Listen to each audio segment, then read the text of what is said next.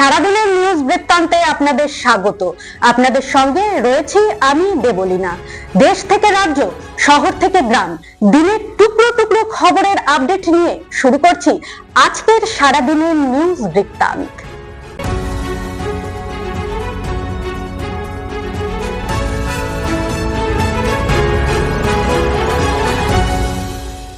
সারাদিনের নিউজ বৃত্তান্ত নিবেদন করছেন জুয়েলার্স, সোনা যা সর্বক্ষণের। Agnishwar jewellers, NS road, Raiganj.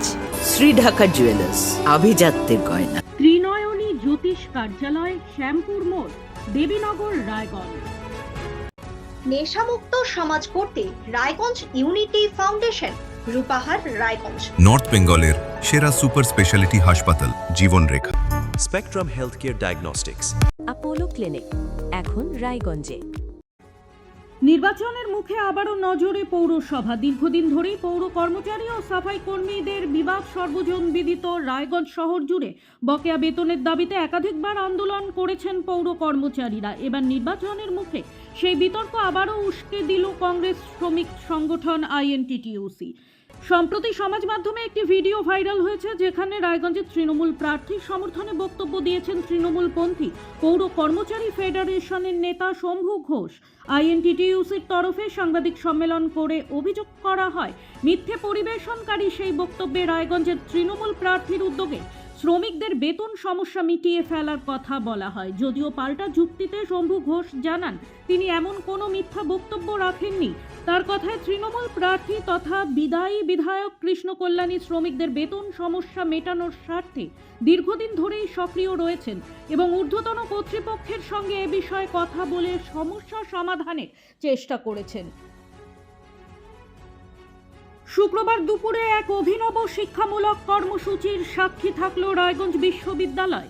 ইন্টার্নশিপের অংশ হিসেবে বিশ্ববিদ্যালয়ের ইংরেজি বিভাগে পঞ্চম সেমিস্টার সহ প্রায় 200 জন ছাত্রছাত্রী অংশ নিল এক বিশেষ প্রশিক্ষণমূলক অনুষ্ঠানে। জানা গেছে, এনডিআরএফ এর 2nd ব্যাটালিয়ন হরিণঘাটা কল্যাণীর রিজিওনাল রেসপন্স সেন্টারের সহযোগিতায় আয়োজিত এই কর্মসূচিতে উপস্থিত ছিলেন ডেপুটি কমান্ড্যান্ট সঞ্জয় কুমার রঞ্জন।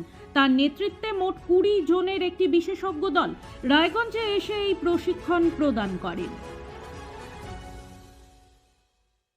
এলাকার সার্বিক উন্নয়নের স্পষ্ট রূপরেখা তুলে ধরতে প্রতিজ্ঞা স্তম্ভের উদ্বোধন করা হলো বৃহস্পতিবার হেমতাবাদ বিধানসভার রুনিয়া মোড়ে। হেমতাবাদের সার্বিক উন্নয়নের স্পষ্ট রূপরেখা তুলে ধরতে প্রতিজ্ঞা স্তম্ভের উদ্বোধন করা হয়। বৃহস্পতিবার রাতে উদ্বোধন করা হয় এই প্রতিজ্ঞা স্তম্ভের। উপস্থিত ছিলেন হেমতাবাদ বিধানসভার তৃণমূল কংগ্রেসের প্রার্থী সত্যজিৎ বর্মন, তৃণমূল কংগ্রেসের রায়গঞ্জ ব্লক 2 এর সভাপতি দীপঙ্কর বর্মন সহ তৃণমূল কংগ্রেসের অন্যান্য নেতৃত্বরা।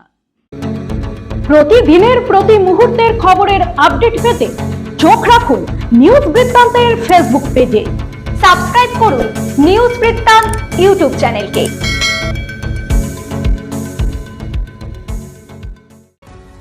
এবারে এক নজরে দেখে নেব বিধানসভা নির্বাচনের আপডেট। দিনকে দিন জমে উঠছে নির্বাচনী প্রচার। নাওয়া খাওয়া ভুলে প্রার্থীরা দিনরাত এক করে জনসংযোগ করছেন। পিছিয়ে নেই প্রার্থীদের পরিবারের লোকেরাও। শুক্রবার রায়গঞ্জ পৌরসভার 8 নম্বর ওয়ার্ডে শক্তিনগর এলাকায় প্রচারে দেখা গেল রায়গঞ্জের তৃণমূল প্রার্থীর স্ত্রী নিশা কল্যাণীকে। এদিন কর্মী সমর্থকদের সাথে কাঁধে কাঁধ মিলিয়ে প্রচারে এগিয়ে আসেন নিশা কল্যাণী। সাধারণ মানুষের কাছে গিয়ে শোনেন তাদের সুবিধা অসুবিধার কথা। ভোট দেওয়ার জন্য অনুরোধ জানান প্রার্থী তথা তার স্বামী কৃষ্ণ কল্যাণীকে।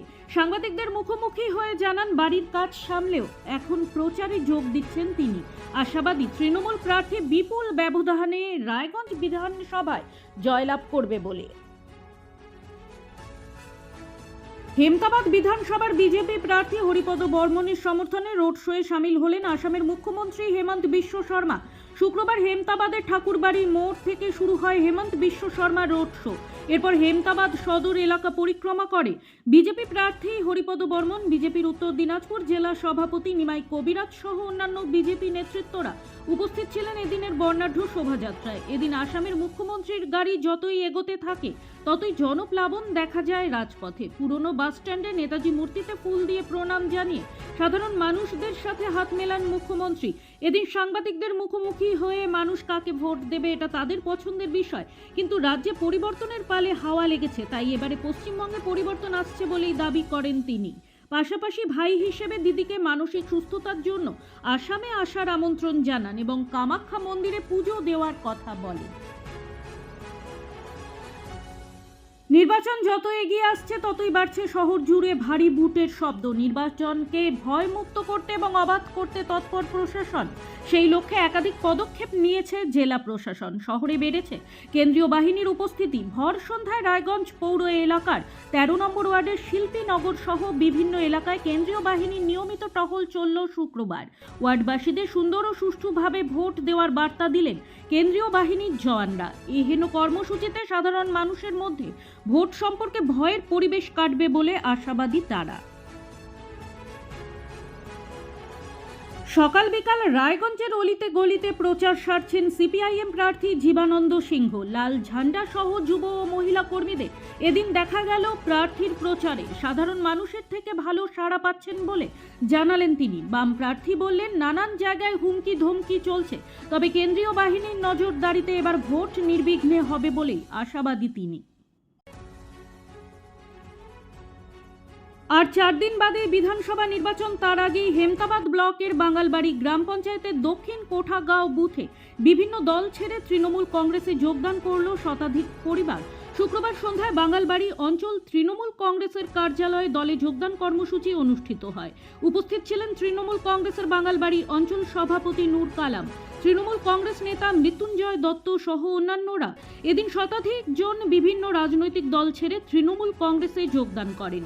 আসন্ন বিধানসভা নির্বাচনে হেমতাবাদ বিধানসভার তৃণমূল কংগ্রেসের প্রার্থী সত্যজিৎ বর্মন বিপুল ভোটে জয়লাভ করবে বলে আশাবাদী বাঙালবাড়ি তৃণমূল অঞ্চল সভাপতি নূর কালাম।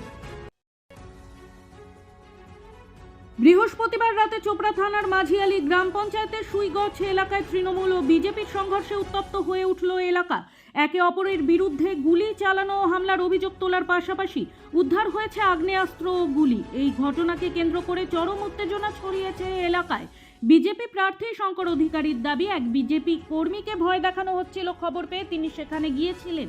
সেই সময় তৃণমূল আশ্রিত দুষ্কৃতীরা তাকে ঘিরে ধরে এবং তার গাড়িতে ব্যাপক ভাঙচুর চালায়, এমনকি তাদের লক্ষ্য করে গুলি ছোড়া হয়েছে বলেও তিনি অভিযোগ করেন। এই ঘটনায় তাদের 2-3 জন কর্মী জখম হয়েছেন। যদিও তৃণমূল নেতা গোপাল ভৌমিকের অভিযোগ, বিজেপি প্রার্থীর একটি পিকআপ ভ্যান থেকে আগ্নেয়াস্ত্র গুলি ও গুলির খালি খোল উদ্ধার হয়েছে। খবর পেয়ে দ্রুত ঘটনাস্থলে পৌঁছয় চোপড়া থানার বিশাল পুলিশ বাহিনী। পরিস্থিতি নিয়ন্ত্রণে আনতে এলাকায় টহলদারি শুরু হয়। চোপড়া থানার আইসি কেশব বড়াল জানিয়েছেন, বর্তমানে পরিস্থিতি নিয়ন্ত্রণে রয়েছে। ঘটনাস্থল থেকে 2টি আগ্নেয়াস্ত্র উদ্ধার হয়েছে। পুলিশ ঘটনার তদন্ত শুরু করেছে। সারাদিনের নিউজ বৃত্তান্ত আজ এই পর্যন্তই। সঙ্গে থাকুন, দেখতে থাকুন, চোখ রাখুন নিউজ বৃত্তান্তে। নিউজ বৃত্তান্ত, হলুদ নয়, স্বচ্ছ।